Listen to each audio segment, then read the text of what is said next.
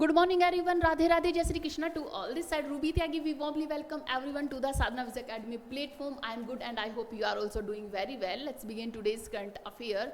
लेकिन उससे पहले हम देखेंगे प्रेसिडेंट से रिलेटेड जितने भी आर्टिकल होंगे उन्हें हम डिस्कस करेंगे और कवर करते हुए चलेंगे। लास्ट टाइम हमने वाइस प्रेसिडेंट को देखा था तो थोड़ा उनका भी रिवीजन करेंगे, प्रेसिडेंट को कवर करेंगे, इसके बाद हम देखेंगे आज की इंपॉर्टेंट करंट अफेयर की न्यूज़ और उसके बाद हम सिक्किम स्टेट को कवर करते हुए चलेंगे, उसे एक्सप्लेन करेंगे, डिटेल में देखते हुए चलेंगे। तो देखते हैं, हम पहले देखेंगे अपना कोट कि आज का हमारा कोट है, मेहनत इतनी करो कि किस्मत भी तुम्हारा साथ देने पर मजबूर हो जाए। मेहनत इतनी करो कि किस्मत भी मजबूर हो जाए कि ये बंदा तो नहीं मानेगा, इसे तो सफल बनाना ही पड़ेगा, इसका तो साथ देना ही पड़ेगा। इसीलिए मेहनत करते रहना चाहिए, डिमोटिवेट नहीं होना चाहिए, हमेशा मोटिवेट रहना चाहिए।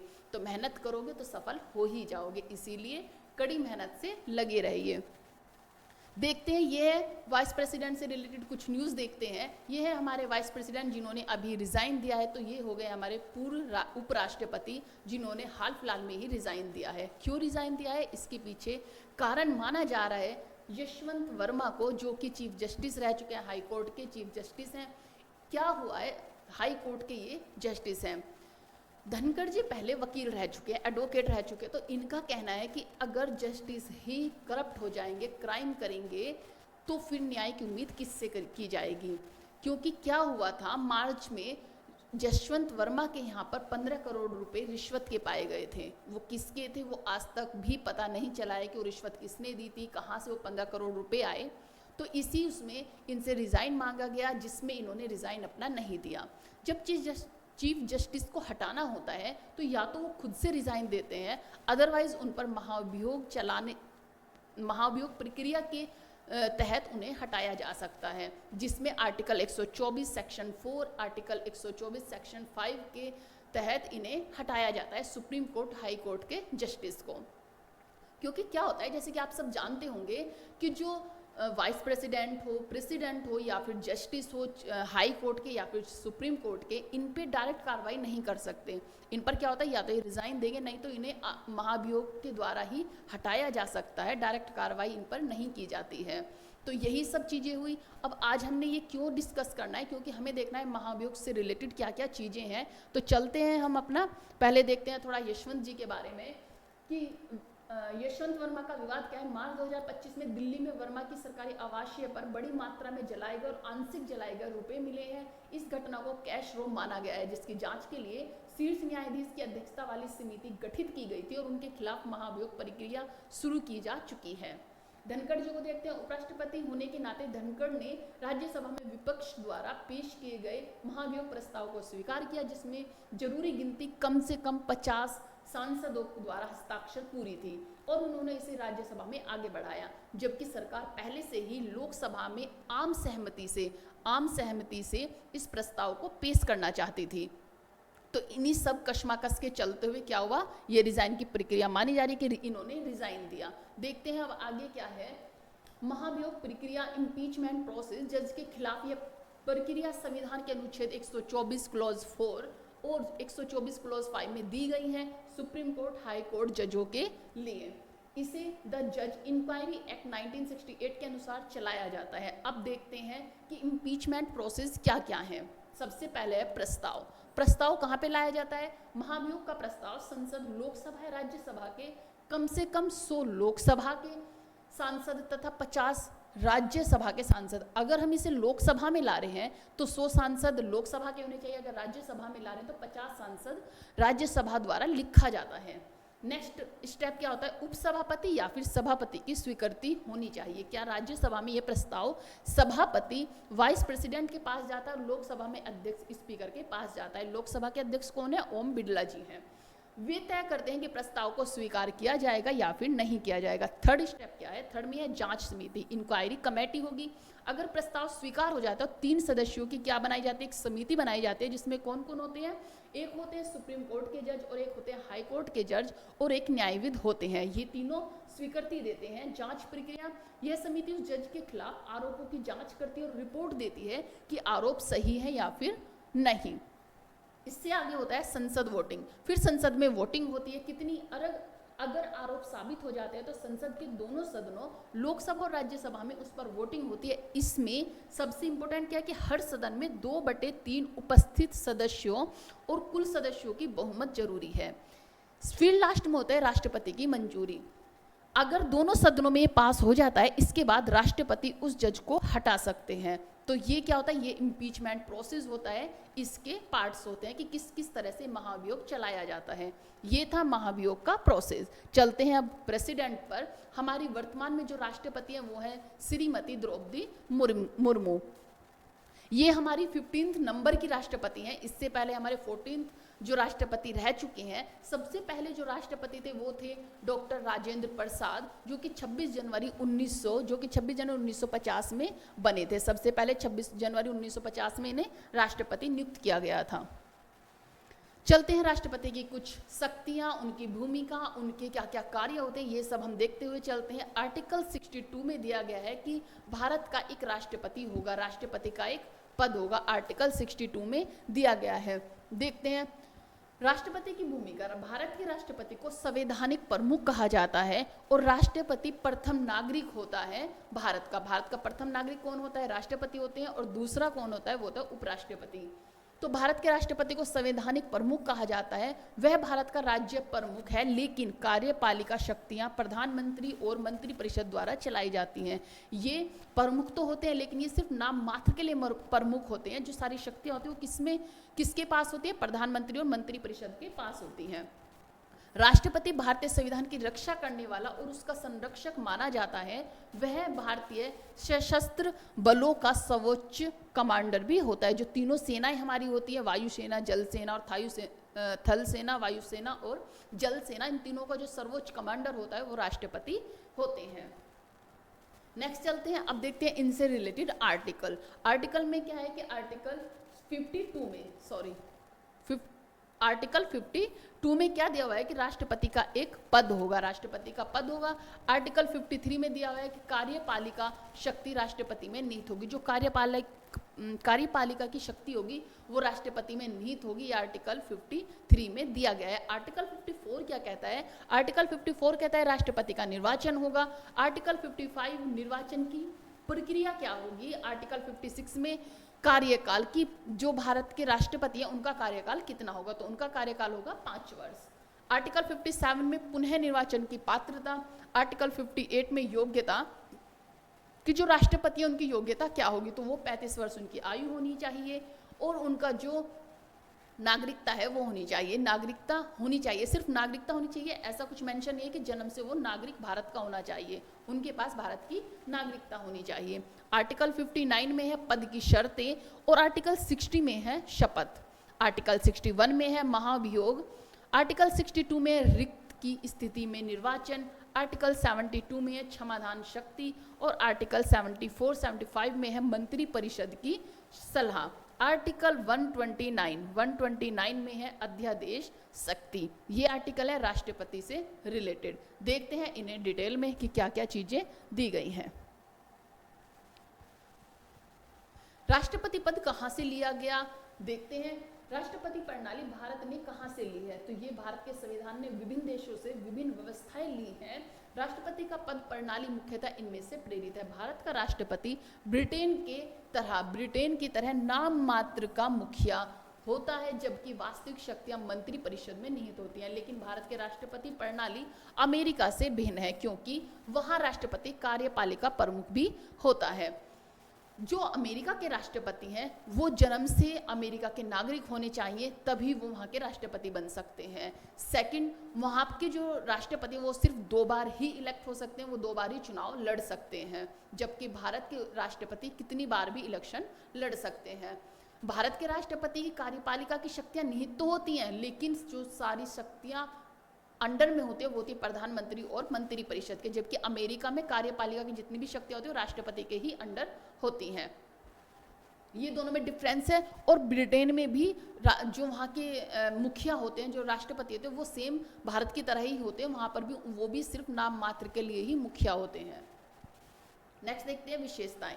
राष्ट्रपति का चुनाव अप्रत्यक्ष रूप से कहाँ से लिया गया है, तो ये लिया गया आयरलैंड से। जो राष्ट्रपति का चुनाव अप्रत्यक्ष रूप से होता है वो किस बेस पे होता है, आयरलैंड से लिया गया था। महाभियोग की प्रक्रिया अमेरिका से ली गई है। राष्ट्रपति के पास अध्यादेश की शक्ति भारत की विशेष स्थिति में विकसित कुछ हद तक ब्रिटिश प्रणाली से प्रेरित है। नेक्स्ट देखते हैं राष्ट्रपति के प्रमुख कार्य और उनकी शक्तियां। जो कार्यपालिका की शक्ति है, प्रधानमंत्री की नियुक्ति करते हैं, किसकी कौन करते हैं, राष्ट्रपति। प्रधानमंत्री की नियुक्ति करते हैं, मंत्रियों की नियुक्ति करते हैं प्रधानमंत्री की सलाह पर, और राज्यपाल की नियुक्ति करते हैं, सुप्रीम कोर्ट और हाई कोर्ट के जजों की भी नियुक्ति करते हैं। ये क्या है कि राष्ट्रपति प्रधानमंत्री को शपथ दिलाते हैं, जो मंत्री परिषद है उन्हें भी बनाते हैं, उन्हें भी शपथ दिलाते हैं, लेकिन प्रधानमंत्री की सलाह पर, क्योंकि प्रधानमंत्री को कौन चुनता है, वो हमारी जनता चुनती है। लेकिन शपथ दिलाते हैं राष्ट्रपति, मंत्री परिषद भी ऐसे ही बनाई जाती है, बनाते तो प्रधानमंत्री हैं, लेकिन उसमें क्या होता है कि जो उनकी सलाह पर वो उन्हें शपथ दिलाते हैं। ऐसे राज्यपाल को जो शपथ दिलाते हैं वो भी राष्ट्रपति दिलाते हैं, और सुप्रीम कोर्ट हाई कोर्ट के जो जज होते हैं उन्हें भी शपथ कौन दिलाते हैं, राष्ट्रपति दिलाते हैं। विधायी शक्तियाँ क्या क्या है, संसद का सत्र बुलाना, स्थगित करना, भंग करना, संसद द्वारा पारित बिलों पर हस्ताक्षर करना, अध्यादेश जारी करना, ये सब इनकी विधायी शक्तियां हैं।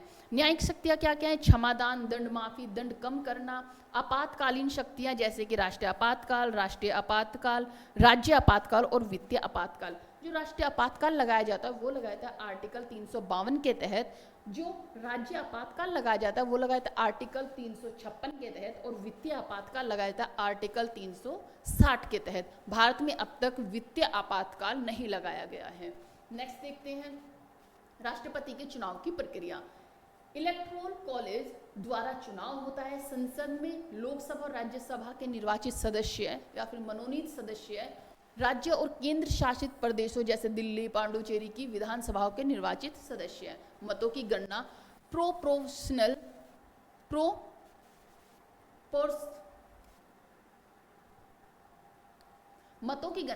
प्रोपोर्शनल रिप्रेजेंटेशन के तहत होती है। राष्ट्रपति का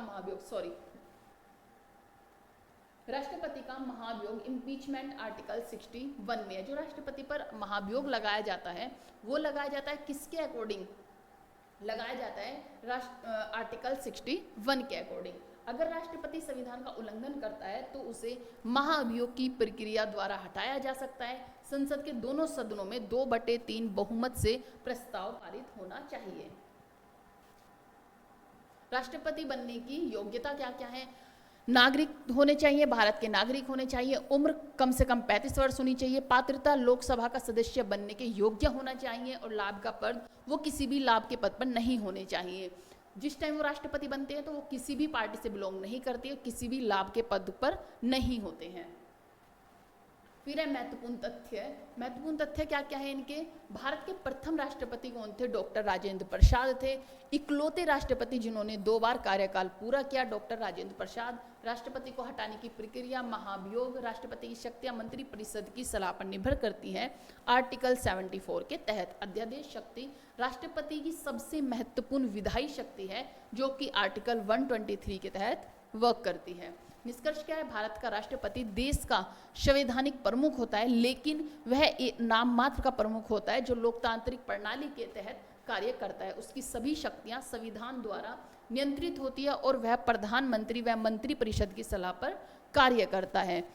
ये थे प्रेसिडेंट से रिलेटेड आर्टिकल और प्रेसिडेंट से रिलेटेड शक्तियां, जो थी उनकी शक्तियां, विधायी शक्तियां, कार्यपालिका किस तरह से वो वर्क करती हैं, किस किस को वो इलेक्ट करते हैं, ये सब चीज़ें राष्ट्रपति से रिलेटेड दी गई थी। अब देखते हैं आज की करंट अफेयर क्या क्या है हमारी करंट अफेयर में, तो देखते हुए चलते हैं हमारी फर्स्ट न्यूज़। उससे पहले हम उपराष्ट्रपति का पद थोड़ा सा देख लेते हैं कि उपराष्ट्रपति का पद कहाँ से लिया गया है। अमेरिका से भी उपराष्ट्रपति सीनेट का अध्यक्ष होता है, अमेरिका में भी उपराष्ट्रपति सीनेट का अध्यक्ष होता है। इसी प्रकार भारत में उपराष्ट्रपति राज्यसभा का सभापति होता है, लेकिन भारत में उपराष्ट्रपति कार्यपालिका का हिस्सा नहीं होता, केवल विधानमंडल से जुड़ा होता है। उपराष्ट्रपति का पद अमेरिका से लिया गया है और राज्यसभा का सभापति होने का जो प्रावधान है भारत की विशिष्ट संसदीय प्रणाली के अनुसार विशिष्ट व्यवस्था, अनूठी व्यवस्था है। उपराष्ट्रपति के थोड़े आर्टिकल देख लेते हैं। जैसे अनुच्छेद है आर्टिकल 63 में भारत में एक उपराष्ट्रपति होगा, आर्टिकल 64 में उपराष्ट्रपति राज्यसभा का सभापति होगा, आर्टिकल 65 राष्ट्रपति के पद के रिक्त होने पर उपराष्ट्रपति कार्यभार संभालेंगे, आर्टिकल 66 में है उपराष्ट्रपति का चुनाव, आर्टिकल 67 में है कार्यकाल और पद से हटाने की प्रक्रिया, और जो आर्टिकल 67 में है रिक्त की स्थिति में उपराष्ट्रपति का चुनाव, आर्टिकल 69 में है उपराष्ट्रपति की शपथ और आर्टिकल 70 में है आकस्मिक प्रावधान जब उपराष्ट्रपति अनुपलब्ध हो। चलते हैं हम अपनी फर्स्ट न्यूज पर। आज की करंट अफेयर की फर्स्ट न्यूज है प्रधानमंत्री नरेंद्र मोदी की हालिया बयान के अनुसार आधुनिक भारत के लिए चोल साम्राज्य की विरासत निम्न में से क्या प्रदान करती है? तो ये करती है सैन्य नौसैनिक शक्ति के माध्यम से आर्थिक मजबूती और आत्मनिर्भरता के लिए रोड मैप। क्या है ये? तो इसके बारे में थोड़ा देखते हैं। जुलाई 2025 में तमिलनाडु की यात्रा के दौरान पीएम मोदी ने चोल साम्राज्य को एक प्राचीन रोड मैप कहा बताया, जो कि विकसित भारत की दिशा में आर्थिक और सैन्य शक्तियों पर आधारित था, जैसे कि उनकी नौसैनिक अक्षमता, व्यापार और आंतरिक प्रशासन। नेक्स्ट है क्यों चोल विरासत को आधुनिक भारत के लिए रोड मैप माना जा रहा है? सैन्य और नौसैनिक शक्ति के कारण राजेंद्र चोल प्रथम की नौसेना ने दक्षिण पूर्व एशिया तक अपने अभियान चलाए, जिससे भारत की प्राचीन थलासोक्रेटिव शक्ति स्थापित हुई। आर्थिक और स्थापत्य कौशल्य क्या क्या है? बृहदीश्वर मंदिर जैसे अद्वितीय स्थापत्य चमत्कार और चोल ब्रोंज मूर्तिकला आज तक वैश्विक स्तर का सम्मान बनी हुई है।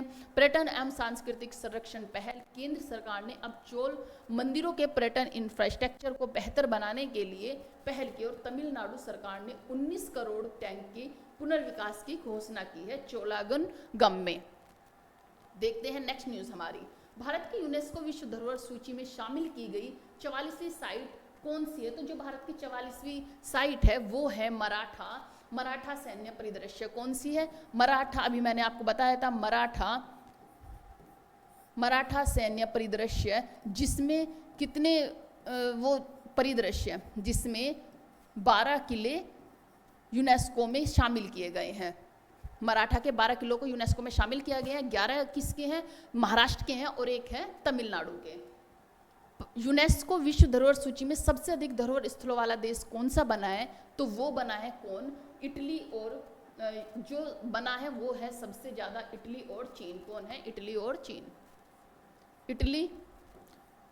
इटली व चीन बना हुआ है। कितनी 50 से अधिक जो स्थल है इसमें शामिल है चीन के, और 50 से अधिक स्थल इटली के यूनेस्को में शामिल हैं। यूनेस्को विश्व धरोहर सूची में सबसे अधिक धरोहर प्रश्न संयुक्त राष्ट्र शैक्षिक, वैज्ञानिक और सांस्कृतिक संगठन की विश्व धरोहर समिति के 47वीं नंबर की सत्र कहाँ आयोजित हुई? तो वो हुई है पेरिस में। कहाँ पर? फ्रांस के पेरिस में। और पेरिस ही यूनेस्को का मुख्यालय है। मुख्यालय कहाँ पर है? पेरिस में ही है। तो फ्रांस के पेरिस में हुई थी। इसके आंसर्स आपको आगे मिल जाएंगे। 2025 में भारत की 44वीं यूनेस्को विश्व धरोहर सूची में शामिल स्थल मराठा सैन्य परिदृश्य है। इसमें महाराष्ट्र और तमिलनाडु में स्थित मराठा साम्राज्य द्वारा निर्मित 12 किले हैं, जो कि मराठा छत्रपति शिवाजी द्वारा बनाए गए किले हैं। इटली और चीन दोनों देशों के पास यूनेस्को विश्व धरोहर सूची में सबसे अधिक स्थल दर्ज है। प्रत्येक के पास 50 से अधिक स्थल इसमें शामिल है। यूनेस्को के विश्व धरोहर समिति में 47वीं सत्र 6 जुलाई से 16 जुलाई 2025 के बीच पेरिस, फ्रांस में आयोजित हुई। यह सत्र यूनेस्को मुख्यालय में हुआ था। नेक्स्ट न्यूज है हमारी। यूनेस्को विश्व धरोहर सूची में सबसे अधिक धरोहर स्थलों के मामले में भारत का विश्व में कौन सा स्थान है? तो भारत का है 6वां स्थान, 6th नंबर का है। और एशिया में ये 2nd नंबर पर है। एशिया में 2nd नंबर पर है। एशिया में कौन से नंबर पे? 2nd नंबर पर। चीन के बाद ये आता है 2nd नंबर पर। केंद्रीय सरकार ने गृह सचिव गोविंद मोहन का कार्यकाल कितना बढ़ा दिया है? तो वो बढ़ा दिया 22 अगस्त 2026 तक। 22 अगस्त 2026 तक इनका कार्यकाल बढ़ा दिया गया है। नेक्स्ट न्यूज है हमारी। भारत सरकार की मंत्रिमंडलीय नियुक्ति समिति के सदस्य कौन होते हैं? तो वो होते हैं गृह मंत्री अमित शाह जी। कौन होते हैं? गृह मंत्री अमित शाह जी। ये मैंने इसके आंसर्स दिए हुए हैं। नेक्स्ट न्यूज है हमारी। भारत और यूके ने हाल ही में किस प्रकार के समझौते समझौता किया है, तो उन्होंने क्या है, व्यापार समझौता। किस पर? व्यापार समझौता। बिहार के मसौदा मत दर्शक सूची में कितने मतदाता संभावित रूप से शामिल हो सकते हैं? तो वो हो सकते हैं लगभग 61 लाख लोग। फिर देखते हैं निम्नलिखित में से कौन सा उपग्रह नासा और इसरो द्वारा संयुक्त रूप से विकसित किया गया है, जो पृथ्वी की सतह पर होने वाले परिवर्तन की निगरानी करने के लिए बनाया गया है? तो वो है निसार। कौन सा है? निसार। वो है निसार। इसकी फुल फॉर्म है NASA ISRO synthetic aperture radar. NASA ISRO synthetic aperture radar एक संयुक्त उपग्रह मिशन है जिसे भारत की इसरो और अमेरिका की नासा द्वारा मिलकर विकसित किया गया है। इसका उद्देश्य पृथ्वी की सतह पर हो रहे सूक्ष्म परिवर्तनों को रेडार इमेजिंग के जरिए मापना, जैसे कि भूकंप, हिमनदों की गति और बर्फ की परतों को पिघलना आदि। ये किसका काम है? ये निसार काम करेगा। हाल ही में लागू की गई यंग प्रोफेशनल स्कीम भारत और किस देश के बीच समझौते का हिस्सा बनी है? तो ये है किसके बीच का? यूनाइटेड किंगडम का, यूके का, यूनाइटेड किंगडम का ये हिस्सा बनी है। नेक्स्ट न्यूज़ है हमारी lumpy skin disease. Lumpy skin disease जो हाल ही में समाचारों में थी, मुख्यतः किस प्रजाति समूह में पाई गई है? तो ये है मवेशी। कौन सी? मवेशी, जो कि भैंसों और गायों में ये बीमारी हो जाती है, मानव में नहीं होती है, ये सिर्फ गायों और भैंसों में होती है। क्या है इसके लक्षण? लिम्पी स्किन डिसीज एक वायरल बीमारी है जो विशेष रूप से गायों और भैंसों को प्रभावित करती है, कैप्री पॉक्स वायरस के कारण होती है और मच्छर, मक्खी, जूं आदि कीड़े इसके वाहक होते हैं। इसका लक्षण है त्वचा पर गांठ होना, बुखार, दूध में के उत्पादन में गिरावट, कुछ मामलों में मृत्यु भी हो सकती है। यह बीमारी मानव में नहीं फैलती, लेकिन इससे पशुपालन को भारी नुकसान होता है। भारत में इसका प्रकोप 2022-23 में कई राज्यों में देखा गया था, जिससे लाखों पशु प्रभावित हुए थे। नेक्स्ट न्यूज़ है हमारी ऐसी योजना का क्या नाम है जो भारतीय युवाओं को यूके में 2 वर्षों तक रहने का, काम करने और पढ़ने की अनुमति देती है? तो वो है India young professional scheme, Indian young professional scheme. Next news है हमारी ये है इंडिया यंग प्रोफेशनल स्कीम एक द्विपक्षीय वीजा समझौता है जिसे भारत और यूनाइटेड किंगडम के बीच वर्ष 2023 में लागू किया गया। इसके अंतर्गत 18 से 30 वर्ष के बीच के भारतीय युवाओं को 2 वर्षों तक यूके में रहने, काम करने और पढ़ाई करने की अनुमति मिलती है। नेक्स्ट है इनकम टैक्स डे कब सेलिब्रेट किया जाता है? भारत में हर वर्ष आयकर दिवस, इनकम टैक्स डे किस दिन मनाया जाता है? तो वो बनाया जाता है 24 जुलाई को। कब बनाया जाता है? 24 जुलाई को बनाया जाता है। देखते हैं, आयकर दिवस हर साल 24 जुलाई को मनाया जाता है। यह दिन भारत में आयकर प्रणाली की स्थापना की याद में मनाया जाता है। ये किसने शुरू किया था? 24 जुलाई 1860 को सर जेम्स विल्सन ने भारत में पहली बार आयकर कानून लागू किया था। यह कानून ब्रिटिश सरकार द्वारा 1857 की क्रांति के बाद वित्तीय घाटे को पूरा करने के लिए लाया गया था। इस दिवस को मनाने का उद्देश्य करदाताओं की भूमिका को सम्मान देना और स्वैच्छिक कर का अनुपालन को बढ़ावा देना है। काठमांडू में भारत, नेक्स्ट न्यूज़ है हमारी, काठमांडू में भारत और नेपाल ने शिक्षा और स्वास्थ्य क्षेत्रों में 5 उच्च प्रभाव वाली सामुदायिक विकास परियोजना के लिए समझौता ज्ञापनों पर हस्ताक्षर किए हैं। इन परियोजनाओं को भारत सरकार के अनुदान से कुल 360 मिलियन नेपाली रुपए की लागत से लागू किया गया है। नेक्स्ट न्यूज़ है हमारी, कुछ न्यूज़ हमारी ऑब्जेक्टिव फॉर्म में, कुछ वन लाइनर और कुछ डिटेल में ऐसे मैंने दी हुई है कि जिस तरह भी एग्जाम में आए हमें कुछ भी नया ना लगे और हम स्टेटमेंट हो या फिर ऑप्शन हो हम अच्छे से करते हुए चलें। प्रधानमंत्री मोदी की आधिकारिक ब्रिटेन यात्रा के दौरान भारत और यूके के बीच एक व्यापार मुक्त समझौते पर हस्ताक्षर हुए। FTA समझौते में ब्रिटिश शराब और कारों पर शुल्क में कटौती और भारतीय वस्त्रों व इलेक्ट्रॉनिक वाहनों को शुल्क मुक्त पहुंच देने की व्यवस्था होगी। दोनों देशों के बीच द्विपक्षीय व्यापार 2023-24 में $55 बिलियन हो गया है। वर्तमान में जो 25 जुलाई 2025 को तक यूके के जो प्रधानमंत्री वो है सर कीर स्टारमर। कौन है? स्टारमर। नेक्स्ट न्यूज़ है हमारी, एक नियुक्ति हुई है। HDFC सिक्योरिटी में मुख्य ऑपरेटिंग और डिजिटल अधिकारी रहे संदीप भारद्वाज को जुलाई में पेटीएम मनी, किसका? पेटीएम मनी का नया प्रबंधन निदेशक और मुख्य कार्यकारी अधिकारी CEO नियुक्त किया गया है। वे पहले कौन थे इसके? राकेश सिंह थे, अब कौन है? संदीप भारद्वाज हैं। नेक्स्ट न्यूज़ है हमारी, चलो जी, EU रूस पर यूरोपीय संघ ईयू द्वारा लगाए गए नए प्रतिबंध, नायरा एनर्जी भारत पर पहली बार प्रतिबंध। क्या हुआ है, ट्रंप ने 18वां प्रतिबंध लगाया है रूस पर। अब रूस पे डायरेक्ट ना लगा के उसने क्या किया, तीसरा देश मीन्स जो भी रूस से तेल खरीद कर किसी दूसरे को बेच रहा है तो उस पर प्रतिबंध लगा दिए हैं। जैसे भारत रूस से तेल खरीद कर ईयू को बेचता था, तो क्या हुआ, ईयू पर प्रतिबंध लगा दिया कि अगर तुम वहाँ से ऑयल खरीदोगे तो आप पर प्रतिबंध लगाए जाएंगे। इस डर से ईयू ने क्या कहा है, उस पर भी प्रतिबंध लगा दिया है कि हम ये ऑयल नहीं खरीदेंगे। जैसे रूस से हम कम कीमतों पे खरीदते थे और फिर क्या करते थे, उसे रिफाइनरी कर कर ईयू को बेच देते थे। उससे ईयू को भी बेनिफिट होता था, भारत को भी बेनिफिट होता था। लेकिन अब ट्रंप को तो अपनी राजनीति चलानी ही है, रूस पे उसका कोई हो नहीं रहा है, रूस पे उसका कोई दबाव नहीं बन रहा है, रूस पे वो कितने प्रतिबंध लगाए जा रहे हैं, लेकिन रूस तो बिल्कुल ऐसे बैठा है कि उस पर कुछ फर्क ही नहीं पड़ रहा है। इसलिए ट्रंप ने क्या किया, अब तीसरे देश पर प्रतिबंध लगाने शुरू कर दिए हैं। तो देखते हैं क्या क्या चीजें हैं। यूरोपीय संघ ईयू ने रूस की अर्थव्यवस्था को कमजोर करने और यूक्रेन में चल रहे युद्ध को रोकने के लिए रूस का 18वां प्रतिबंध पैकेज लागू किया है। इन प्रतिबंधों में पहली बार भारत की एक ऑयल रिफाइनरी क्या होती है, वहां से ऑयल लाके यहाँ पे उसे रिफाइनरी करके आगे बेचा जाता था। वो कौन सी कंपनी है, नायरा एनर्जी लिमिटेड, आपने सुना भी होगा नायरा एनर्जी लिमिटेड। वाडीनार गुजरात में ये शामिल किया गया था। जो रूसी कंपनी है ये रोसनेफ्ट की स्वामित्व में है, इसीलिए ये रूसी स्वामित्व वाली कंपनी है। तो इस पर क्या किया जा रहा है, इस पर प्रतिबंध लगाया जा रहा है। नेक्स्ट है प्रमुख बिंदु क्या क्या है इसके। अब कोई भी तीसरा देश जैसे भारत यदि रूसी कच्चे तेल से बना हुआ उत्पाद बेचता है तो ईयू उसे आयात नहीं करेगा। ब्रिटेन जो अब ईयू का सदस्य नहीं है, उसने भी रूस पर समान प्रतिबंध लगाने की घोषणा की है। अमेरिका ईयू के इस पैकेज का हिस्सा नहीं है, लेकिन डोनाल्ड ट्रंप जो कि राष्ट्रपति हैं कि अगर रूस 50 दिनों में यूक्रेन के साथ शांति समझौता नहीं करता है तो अमेरिका भी कठोर प्रतिबंध लगाएगा। रूसी तेल पर मूल्य क्या है, यह वैश्विक औसत मूल्य का 15% कम होगी। क्या क्या इसके इफेक्ट बनेंगे, क्या क्या होगा, देखते हैं। नायरा एनर्जी अब अपने पेट्रोलियम उत्पाद ईयू और यूके को नहीं बेच सकती है। नॉर्ड स्ट्रीम गैस पाइपलाइन रूस से यूरोप पर भी प्रतिबंध लगा दिए गए हैं। 2 चीनी बैंकों पर भी प्रतिबंध लगाया गया है। अभी नॉर्वे, स्विट्जरलैंड, कनाडा, अमेरिका ये सब क्या है, ये अभी बचे हुए हैं, लेकिन सब पर लगा हुआ है तेल।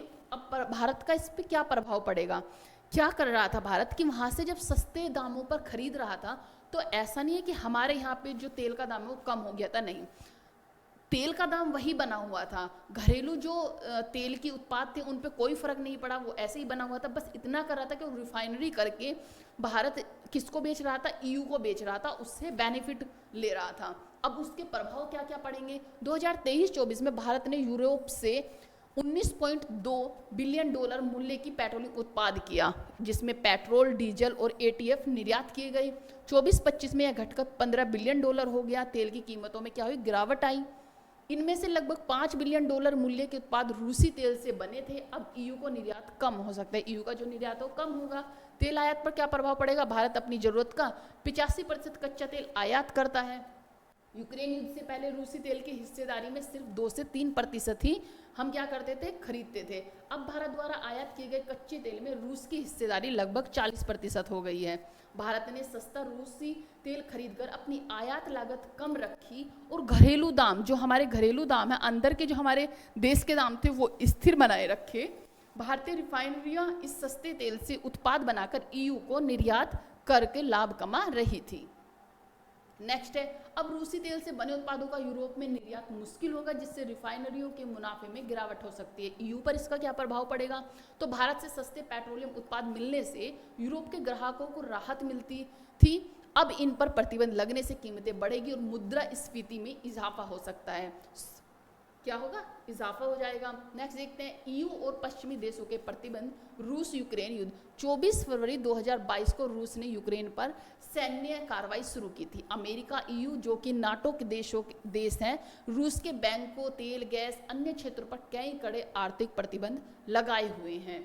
रूस का तेल और गैस सेक्टर सबसे अधिक निशाने पर रहा, क्योंकि रूस में सबसे मात्रा में सबसे ज़्यादा वो क्या निर्यात करते हैं, तेल और गैसें निर्यात करते हैं।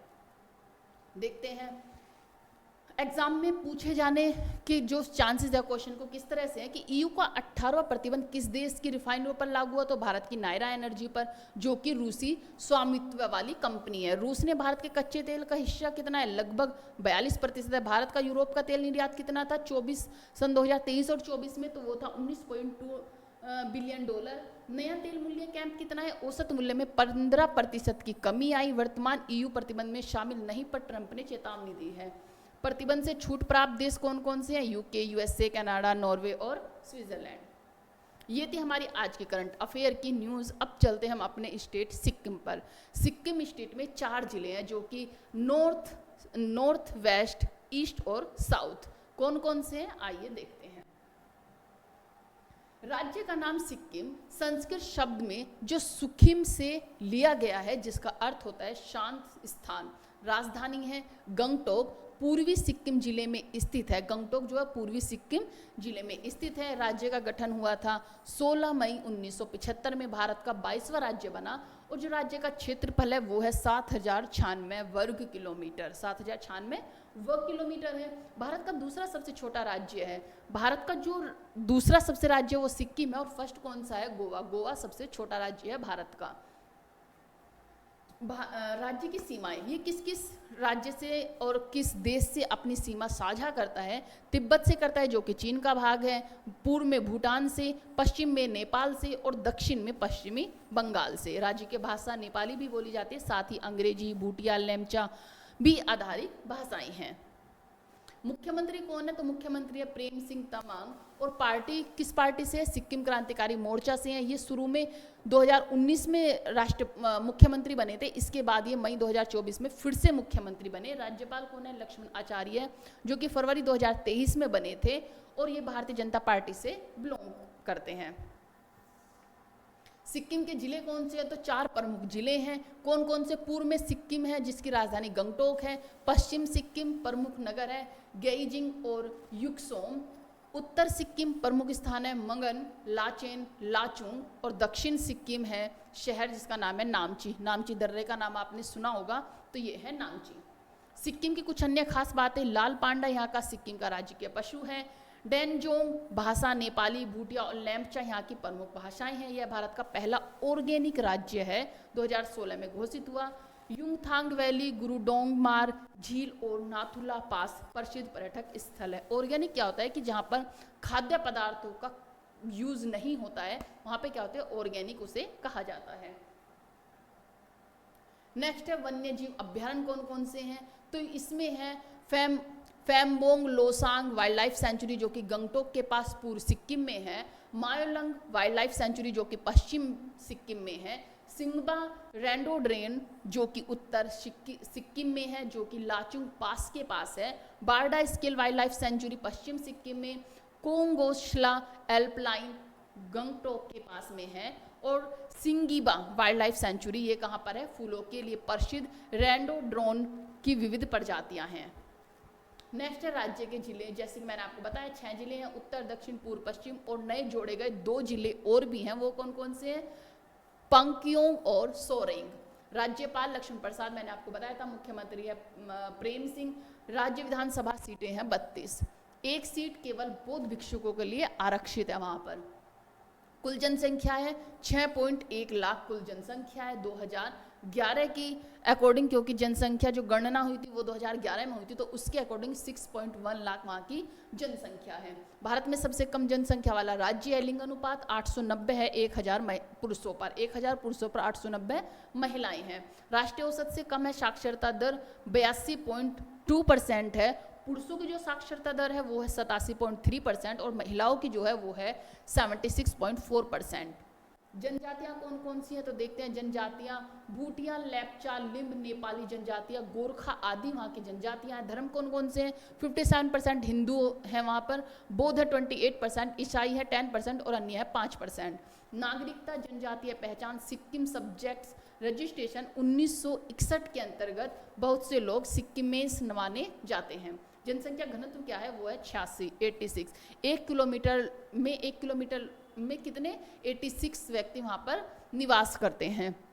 भारत में सबसे कम घनत्व में एक भारत में सबसे कम घनत्व में एक है। शहरीकरण लगभग 25% है। अधिकांश आबादी ग्रामीण क्षेत्रों में निवास करती है। जनसंख्या विशेषताएं हैं प्लाटो जनसंख्या, कम वृद्धि और स्थिर जनसंख्या। नेक्स्ट न्यूज़ है हमारी, पहाड़ और पर्वत कौन कौन से हैं सिक्किम में, तो वो है कंचनजंगा जो कि 8,586 मीटर ऊंची है, भारत की सबसे ऊंचा पर्वत है। सिक्किम की पहचान इसी पर्वत से होती है। झीलें कौन कौन सी हैं, तो झीलें हैं